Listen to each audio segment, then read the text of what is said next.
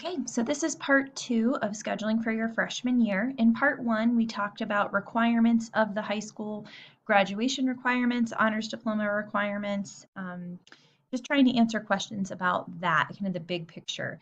So here we're going to talk about actually things to think about for filling out your requests for your ninth grade year specifically. For ag, we're going to go through by subject here and try to answer questions. Don't forget that you can find all of these course descriptions in our course manual, the 2020-2021 course manual, which is on our website under scheduling, and you can go read about every one of these classes, which can help answer a lot of questions. So I'm going to kind of go through them here. They're grouped basically alphabetically by department.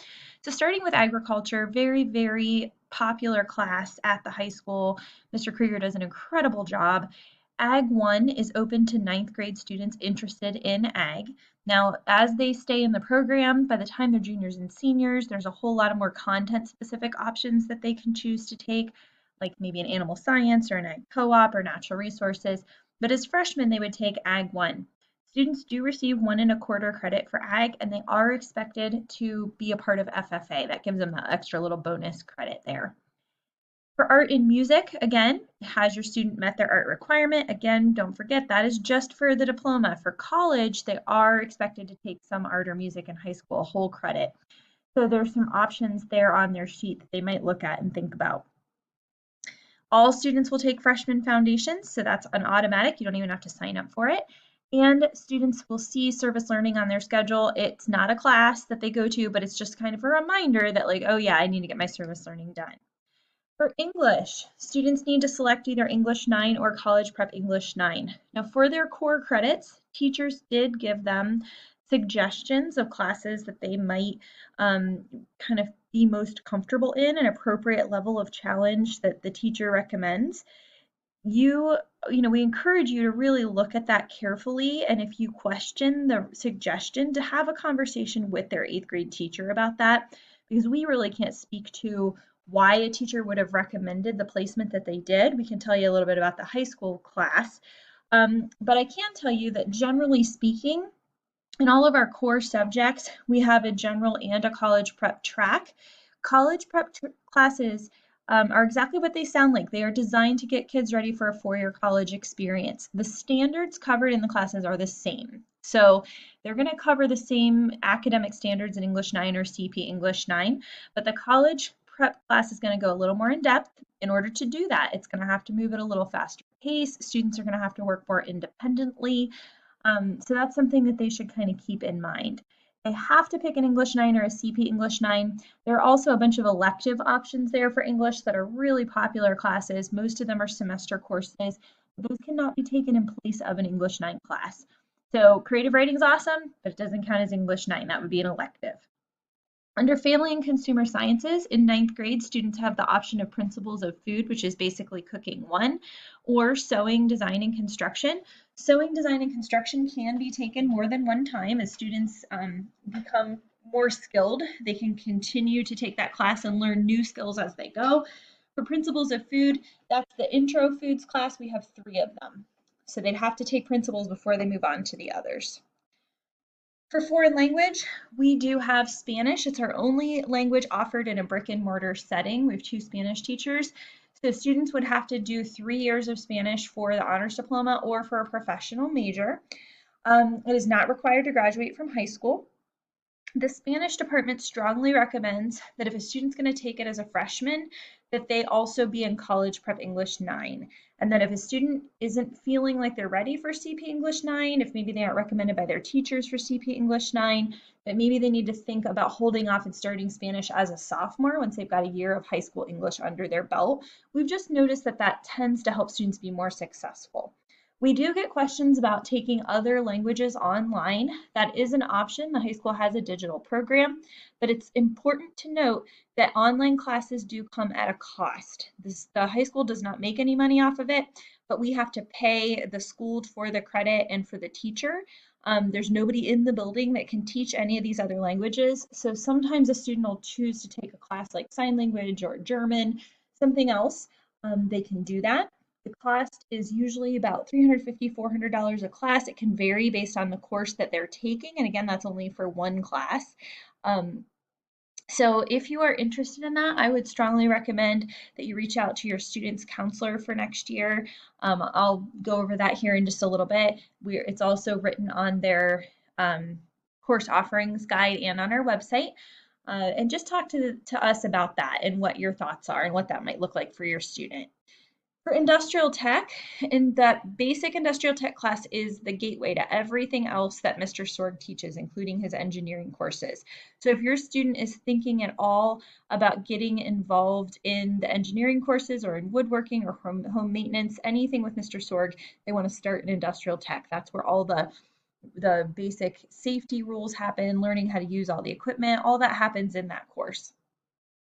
Renaissance is offered at the high school as a course. Students have to have a 3.0 GPA. And I do always just mention, we usually have about 80 students sign up for Renaissance and we have room for about 25 kids. So just keep in mind that that's a really popular class and freshmen are more than welcome to sign up for it, but there won't be room for quite everybody. For math, you'll want to make sure that you look at the teacher recommendation for this and talk with them about maybe why they made that recommendation if you're not sure. The sequence for math goes Algebra 1, then Geometry, and then Algebra 2. And we do have general and CP courses for each. So if your student is in 8th grade math this year, they'll take Algebra 1 or CP Algebra 1 next year. If your student is in Algebra 1 this year, then they'll go to CP Geometry next year. For music, we have concert choir, which is your traditional mixed boys and girls choir. And then we're no longer doing women's choir. Next year, it's going to be treble choir. So it's going to be based on the student's voice instead of on gender. And if you are looking for an art option and have an interest in music but are not necessarily a music person, Survey of Pop Music is a great option for that. We talked about PE and PE exemption in the first video quite at length, so if you have questions about that, you may want to kind of go back and look in that video. There are some resource room courses at the high school where students are pulled out if they're on an IEP and the IEP team determines they need extra support. That will be an IEP team decision and one that as parents we want you to kind of be a part of. So just know that if you're wondering about that for your student, that would be a good thing to reach out to their special education teacher or to their counselor about. For science, as 9th graders, students will take either biology or CP biology. For social studies, there are 3 options. The 9th grade social studies curriculum is American history or college prep American history. We do have an advanced version, and it is definitely an advanced course. It's not for everybody. That is AP Prep World History. And this needs to come kind of with teacher recommendation. The idea here is we have an advanced placement, not a college prep, but an advanced placement American history course at the high school.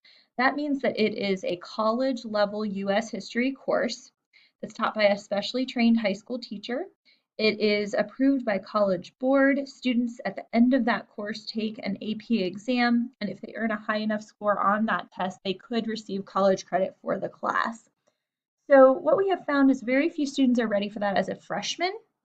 So if we have a student that is very passionate about history, really loves history, loves reading about history, loves writing about history, then the option that they would have is to take a class called AP Prep World History as a freshman. It's not a full AP class, but it's really designed to kind of get them ready for that level of work. So they would take an advanced version of the sophomore world history class as freshmen. And by doing so, they're making a commitment to take AP US history as a sophomore, to take that college level US history class as a sophomore. And that would take the place of their regular American history class. So that's that kind of third option. You could do American history, you could do CP American, or that AP Prep World History. Again, questions about that, please, if you're wondering about the teacher's recommendation, talk to them. If you're wondering about the class, feel free to reach out to one of the counselors at the high school. For SWAT, we do have SWAT at the high school, which is the computer support team, and students can apply for that. Next year, it's going to be a little bit different. There's going to be an application process and potentially an interview process. There'll only be 1 student per period in SWAT. and it could count as service learning hours or academic credits. That is a really nice benefit. For study hall, if your student wants a study hall, please make sure that that's marked on the sheet. And just know that we strongly recommend that all freshmen have a study hall. We have a 9-period day. One of those periods is lunch, but 8 periods with no study hall is an awful lot of classwork. So we strongly recommend that for 9th graders kind of as they adjust, but we do our very, very, very best to limit that to 1 study hall per semester, no more than that. So here's an example of what a high school schedule would look like for a freshman. We have a 9-period day, not a 10-period day, but you'll see period 10 shows us service learning. And that's, again, is just a reminder to them that they need to get that done. But that's not a class that they go to. You'll see on the left side of the screen their first semester. The right side of the screen shows second semester. Students will have lunch either 5th, 6th, or 7th period. Lunches are not divided by grade, and students do not have assigned seats. So that's a big change for a lot of them, but one that they usually adjust to pretty quickly and tend to really like. Core classes, for the most part, are year-long, so you'll see that as you look at the student schedule, algebra, American history, biology, and English all stay the same all year long, same teachers, same class, same kids. But then we have a lot of our electives and things that switch out between semesters. So they'll get some change in that mid-January semester. When students fill out their schedule, we ask them to mark all required classes with an X or a check mark. The same with Spanish, band, or choir. We said just use those as, or study hall, as a X or a check mark, because even though Spanish, band, and choir are considered electives, we give those the priority of a core class if a student is signing up for those. And then we ask them to rank order their elective. So their first choice should be a 1, their second choice should be a 2, third choice should be a 3, like that. I ask my kids give us at least 5. More is fine, but less means that they're probably going to end up with classes on their schedule they don't want. So we know that if they give us 5 elective options, that should be more things that will actually fit in their day. And that's on purpose because it's like doing a big, huge puzzle. And there is a very good chance that something that they pick either won't fit or it will be full. When I say it doesn't fit, it might be offered at the same time as another class that they want. And a lot of our classes are only offered once or twice a day. They're not offered every period. So it is a big puzzle. We need them to give us options. If they don't and they have open spots, we're going to have to just fill it in with things this summer when we're doing their schedule. So lots of options are good, but their first choice is a number 1, second choice number 2, etc. If you have questions, as we said, about their placement, please talk to the middle school teacher, but feel free to contact us at the high school anytime. The contact information for the counselors is on your student scheduling sheet. There are 2 of us at the high school, and we split our caseload by last name. So Courtney Lichtenauer is working with students' last names A through K. Shona Garver works with students' last names L through Z. And again, you can find all of our email addresses and our phone numbers, all of that on the website and also on your student's registration sheet. Registration sheets are due in to Mrs. Lawrence at the middle school counseling office by this Friday, February 21st. So please have your student get those to her so that we can get all of those requests into the computer and start building the schedule for next year. We're looking forward to working with you and your students, and please do not hesitate to reach out to us if there's anything we can do for you. Thanks so much.